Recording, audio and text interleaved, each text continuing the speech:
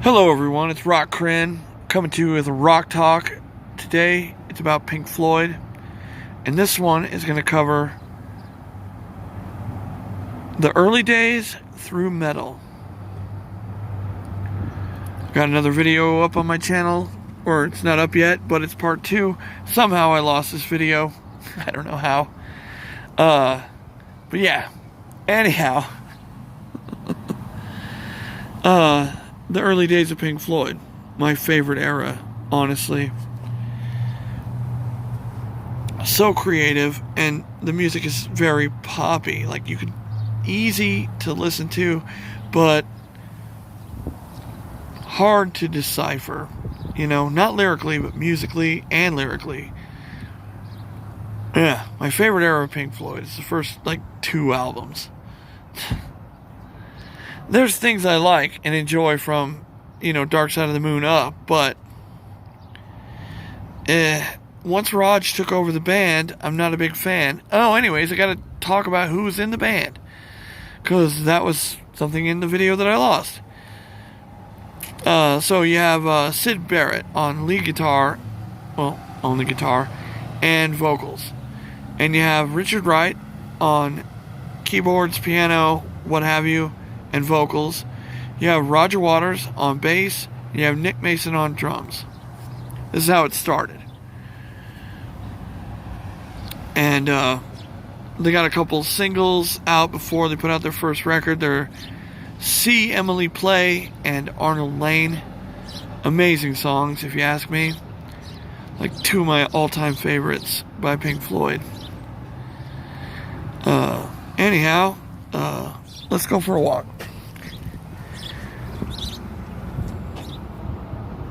Well, anyways, it doesn't matter. I don't go to work till 2, so I get to do what I want in the morning. Anyhow, yeah, we're going to talk about Pink Floyd. From what I understand, Sid named the band after a couple of American blues artists. No one in the band is named Pink or Floyd. Like I said earlier, it's Sid, Raj, Rick, and Nick. And yeah, they have a couple singles out, They put these songs out, and they were just, testing the waters. They're a bunch of guys from art school, They're just trying to put their feet in the water of rock music. And yeah, they put out a couple singles and they went huge, right? They were just playing shows, playing blues covers, but they had a couple originals, They played concerts just doing blues covers from America, right? And then, much like the Rolling Stones and, the Beatles, they were inspired by American blues artists. And, that's not like a secret. But they took what they heard and turned it into, something else. They were inspired. They didn't copy. There's a video on my channel about this. About being inspired by others, but not copying them. Which, is a trend you see everywhere. There's no inspiration anymore. Just copycat everything. If it makes $1 million, you got to do the same thing. Anyhow, they're very much inspired by American blues, but their lead singer, songwriter, he's a little weird. He's like an art school grad, and he's got a lot of ideas. So he makes pop music that's just a little weird, They do the same thing like the Beatles were doing. But, sorry about all the noise from the vehicles. I'm walking down to the store.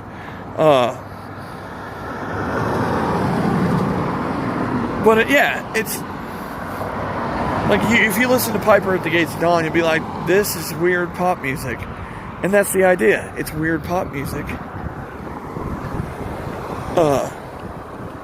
And that's how they started. Like, their first singles are weird pop songs.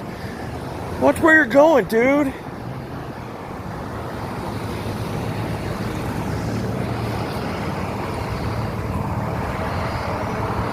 Anyways, had to give the bird to some asshole.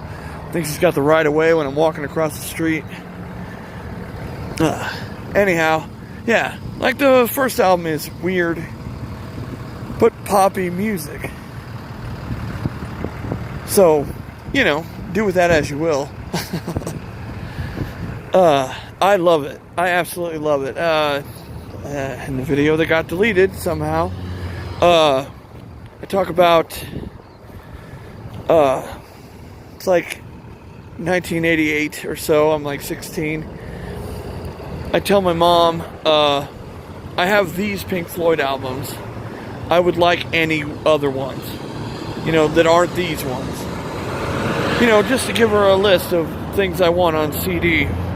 She found this super weird box set. Like a box set of Piper at the Gates of Dawn, More, Obscured by Clouds, and Atom Heart Mother. In a box, together. I don't know. I honestly don't know how that happens. I don't know what Brainiac put that together. But I can tell you, I put in Piper at the Gates of Dawn, and my friends had come over. It's Christmas Day. They'd come over to see, what you got. And I was like, check this out. I hadn't heard it yet. We listened to it, and my friends were like, yuck. And I'm like, what? This is awesome. I don't know. Maybe I have more pop sensibility than my boys do. Especially at that time, because 80s pop is fucking, I don't know, awesome, yet awful. I don't know. You got to go back to the 80s to understand exactly how we felt about music. But I embraced it. Piper at the Gates of Dawn became like my favorite Pink Floyd album. And all my friends are like, why? I'm like, do you listen to it?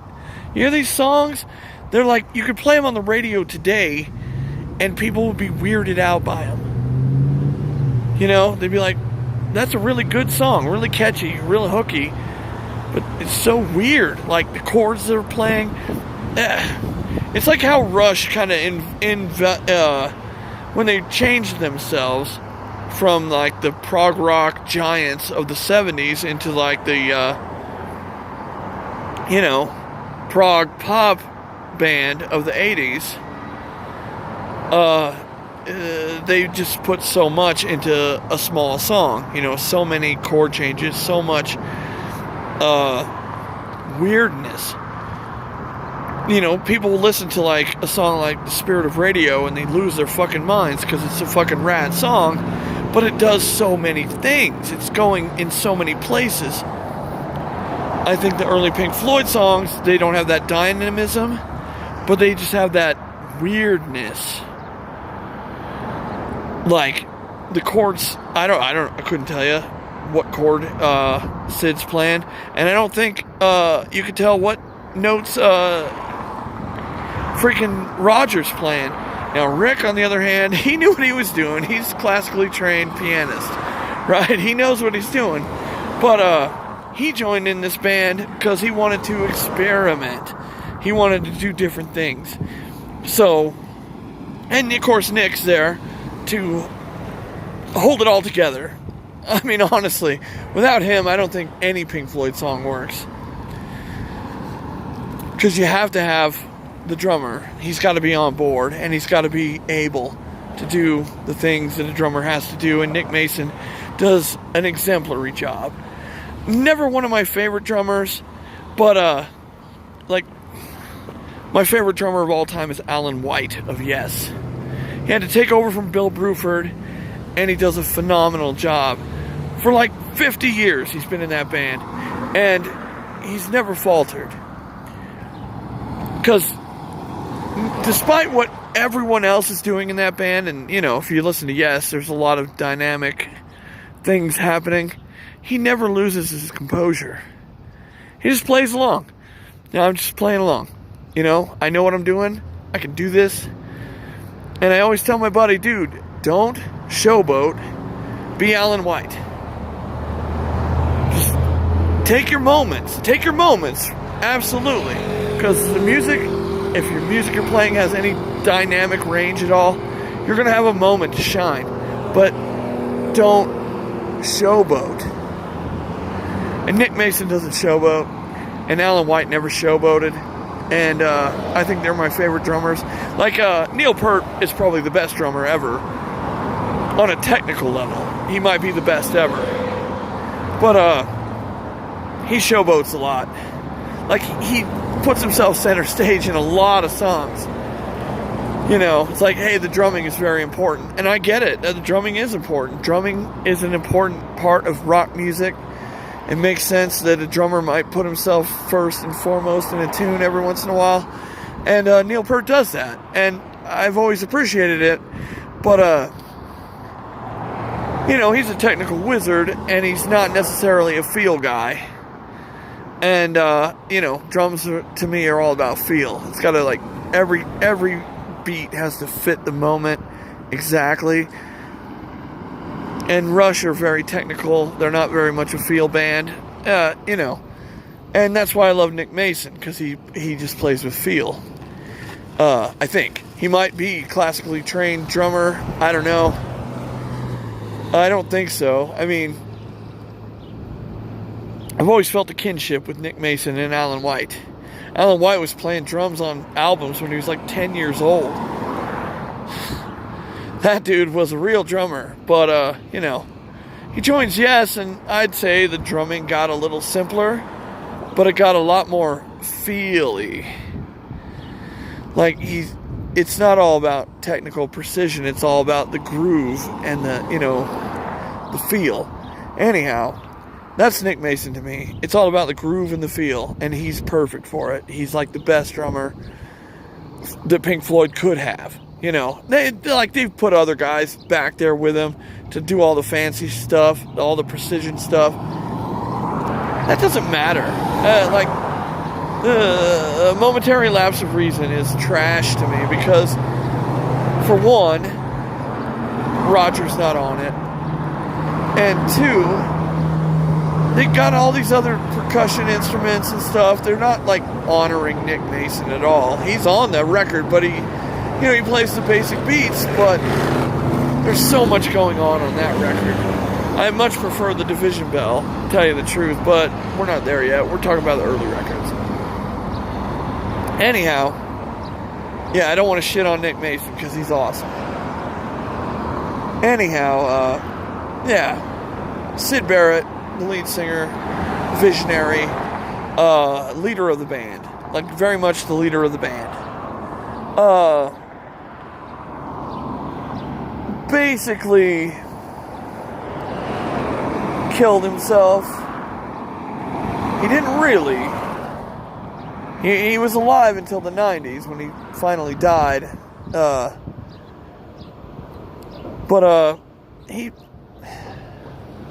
don't know what the drug Mandrakes is. I don't know what it does. I don't know what it's derivative of.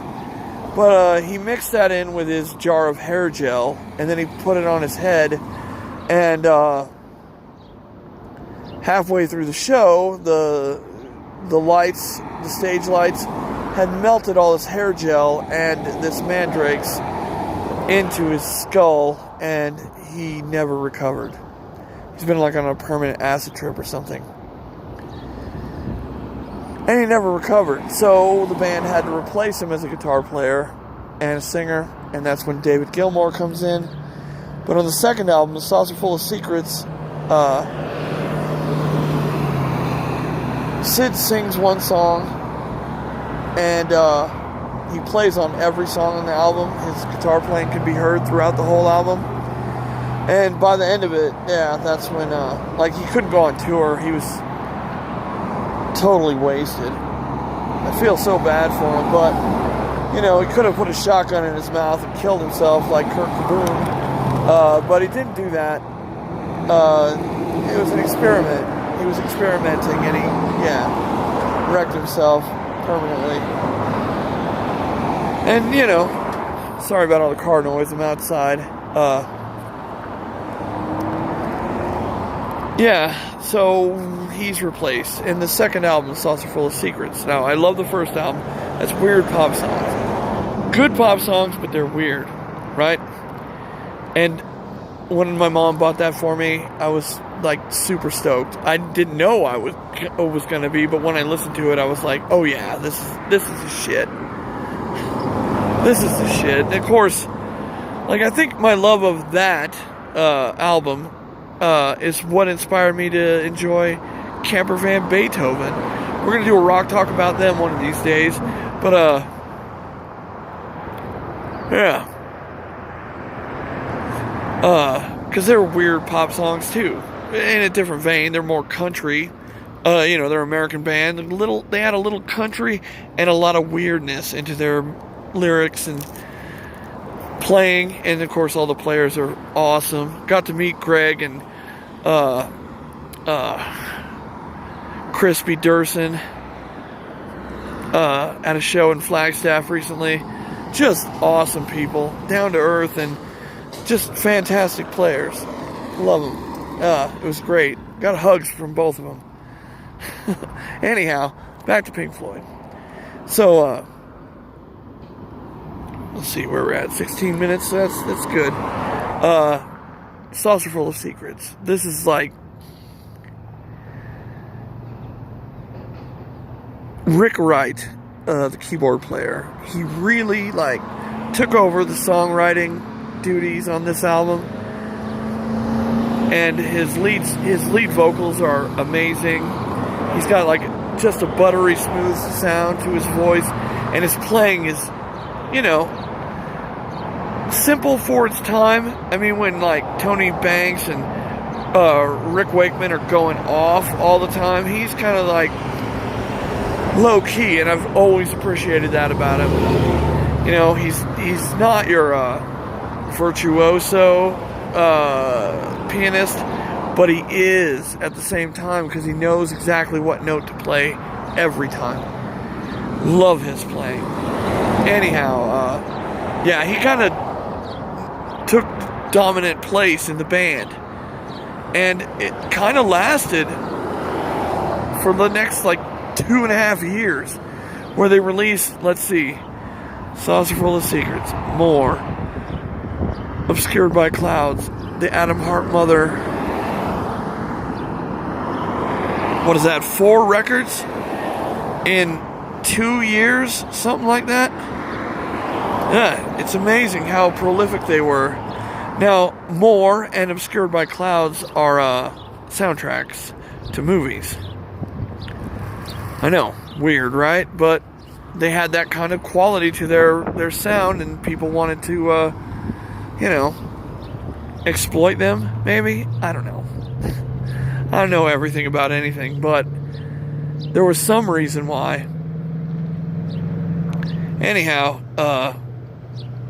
I can tell you there's good songs on all those albums, but for the most part,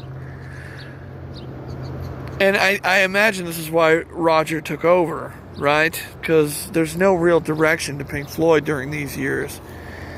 It's just everybody writing songs. Oh, there's an album called Ummagumma in there too. Side 1 is live, doing the songs from the first 2 albums.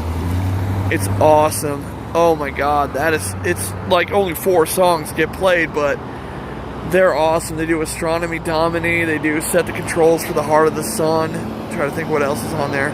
Interstellar Overdrive. Yeah. Yeah, that's the first side. It's a double album. But each guy in the band has their own tune on there. At least one. Song they wrote. The whole band plays on most of them. Except for Rogers. Roger does Grantchester Meadows all by himself, just the 12-string and his voice. And it's the first time you really hear him sing a song. Really sing a song. And you're like, well, I don't know if his voice is that good, but I don't know if his playing's all that good, but he can write a great song. Grantchester Meadows being a great song. His other contribution to the Ummagumma album is called several small species in a cave grooving with a pict. Something like, small furry animals gathered together in a cave and grooving with a pict. And it's just, he's got a archaic sampler, like old school, like he's got like 20 voices in there, and he tries to use them all on this song. It's cool, it's weird, it's perfect weirdness for Pink Floyd. That's what I would say. And, that's like, I hate to say like that's the high point of this era before Roger took over, but the real deal is Metal. Metal is probably my favorite Pink Floyd album. Besides Piper at the Gates of Dawn. Yeah, it starts with One of These Days and ends with Echoes, and Echoes is probably my favorite Pink Floyd song. I love the way, like, there's a video online of it's a Dave Gilmour show, but he's got Rick Wright up there with him, half of Pink Floyd. And they do Echoes, and it's like a 30-minute like exploration of that tune. They just go off. It's so amazing.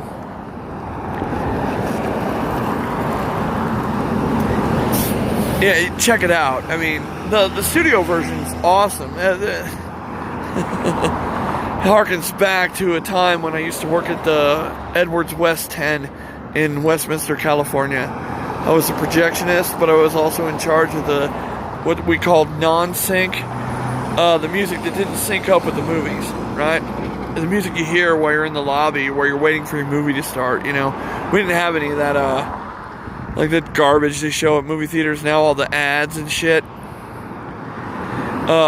It was just music playing in the theater. And I remember one night, I couldn't tell you what movie it was, but I'm about to start a movie, and it gets to that weird part in Echoes where it's like there's like this bass, like, and then you hear like what sounds like weird birds like screaming and flying. Well, I turned the non-sync up all the way. I turned the lights off in the theater. I opened the curtain, so all they heard is this weird shit from Pink Floyd, right? And right before the beat drops again, I started the movie. To me, that's artistic expression as a projectionist. You don't get that anymore. It's just a bunch of ads and then the movie starts. But back in the day, like, I chose what music was played in the theater. I did. I remember one night Carlos put in my Body Count CD and he got fired for it. Because you can't play Cop Killer to an audience of people. You just can't do it. But he did. He jumped in there and put it in. Now, yes, it was my CD, but I didn't tell him to do that. I said, you're going to get fired if you do this. And he did it, and he got fired. He was one of my favorite people at that job. There were a lot of good people back then. Kelly and Yvonne, and I'm trying to think. There was a lot of good people. Oh, of course, Michelle, and yeah, I loved working at the Edwards West 10, but I got fired. Took my friends into the theater, and we went up on the roof. Some, I don't know what you call him, racist asshole, saw a black guy on the roof of the Westminster 10, called the police. That was my buddy PJ. He worked there at the theater with me. Gangbangers on the roof of the Edwards West 10. Yeah, we both got fired. It was stupid. Just hanging out on our day off. Or I was working, but, I wanted to show my friends the ins and outs of the building. We took them up on the roof. Just some concerned citizen. Some busybody that couldn't keep his fucking nose to the ground and, take care of himself only. Had to fuck everything up, asshole. Wish I knew who that guy was, because I'd find him on Facebook and tell him he's a fucking asshole because he cost me my job. It's because me and my friends, like 3 white guys and a black guy, are on the roof of the Edwards West 10 just looking around. Seeing what it looks like from up there. I showed them how to thread movies. I showed them how to do all the stuff that I did at my job. Just because it was fun, you know? I'm like, hey, I got to go to work, so I'm going to go over here. And I showed him how to do it. And, you know, one of my buddies, Mike Amari's like, dude, I can do that. I'm like, and, you know, he came over and I showed him, like, he started doing it. I was like, no, you got to go over this and under that. There you go. And, you know, I showed my friends how to do my job, but they didn't replace me. Nah. Anyhow, that's my Echoes story. But Echoes is, yeah, it's such a dynamic song. It goes all over the place, and it's 18 or so minutes. But like I tell you, that live version, live from Gdansk, I think it's like 25 to 30 minutes long. Check it out. It's on YouTube. Echoes live in Gdansk. You know, I think it's in Poland or something. Anyhow, yeah, I love the metal album. I love it. It's my favorite Pink Floyd album next to Piper at the Gates of Dawn. And there's nothing poppy about this album. Nothing at all. There's a song called Fearless, though. Fearless was like,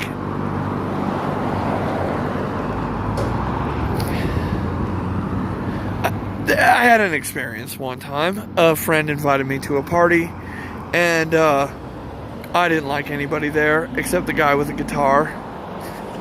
Go figure, right? But he started, like, I'm sitting on top of the cooler that's full of beer, right? So I have to get up every once in a while to let people get in there. I drank almost all the beer, and the people that invited me over, I never saw them again. Well, that's not true. No, I did rock out with them. They came over to Derek and Daryl's house, and yeah, the bass player and the guitar player, they did come over. I don't remember if they were any good, though. I think they were better than us. I think that was the thing. That's why we never hung out with them again, because they were better than us. But anyways, I'm sitting there. He starts playing some Pink Floyd, and I'm like, dude, do you know Fearless? He played Fearless, and I sang it. He harmonized with me. The kids at the party didn't get it. They didn't know what we were doing. But some of them got it, right? And they were watching. We had a crowd of kids, the guitar guy and me. That's one of my favorite memories, and I never talk about it on any videos because I can't remember the names of anybody because it was a one-off. It was like one night spent singing Pink Floyd songs, and we did a bunch of Pink Floyd songs that night, but we did Fearless, and yeah. Fearlessly the idiot faced the crowd. Merciless the magistrate turns around. Yeah, just absolutely love it. Anyhow, yeah, that's the end of part 1. I hope you enjoy. If you like this rock talk, hit the like button. If you want to subscribe, because I'm going to do more of these now that I've got a title for this program. And I'm going to put all my music talks into a playlist called Rock Talks. Yep. I think this is going to be a thing. And if you think any of your friends would like to hear someone else's perspective on maybe your favorite Pink Floyd albums that they don't think about, you know, they're like all about the Wall or something. Yeah, have them listen to someone else's outside perspective. Might be good for them. Might be very good for them. So, yeah, share it with them. And, yeah, hit the bell for notifications, because I post, this is like my 4th video today, because part 2 already is going up, because I lost this video somehow. Anyhow, signing off. Rock!